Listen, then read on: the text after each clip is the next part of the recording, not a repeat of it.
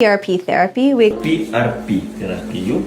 PRP therapy. How do PRP injection? PRP therapy. Rich plasma PRP. Whether PRP terapiya degani plasidan rich plazma, ya'ni trombostlarga boyitilgan plazma.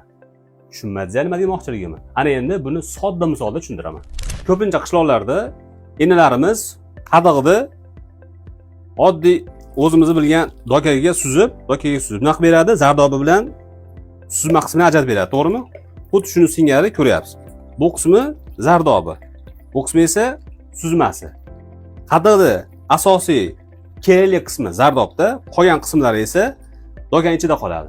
Plazma terapiyada biz qonni probirkaga solib turib sentrifugaga qo'yamiz, xuddi osgan singari.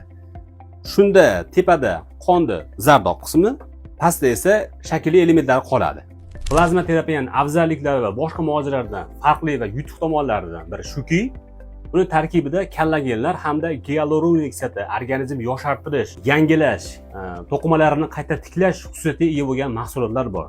Shu mahsulotlarni to'qimaga yuborganimizda, bel sohasiga yoki bo'g'im sohasiga yuborganimizda to'qimalar qayta tiklanib, yosharadi va tog'ay to'qimasini qayta tiklanishini ta'minlaydi. Ayniqsa Minsk degan tog'ayda yorilganda tizzalarda bitishni yaxshilaydi. Bu hech qanaqa operatsiyalarsiz ham bu natijaga aynan plazma terapiya orqali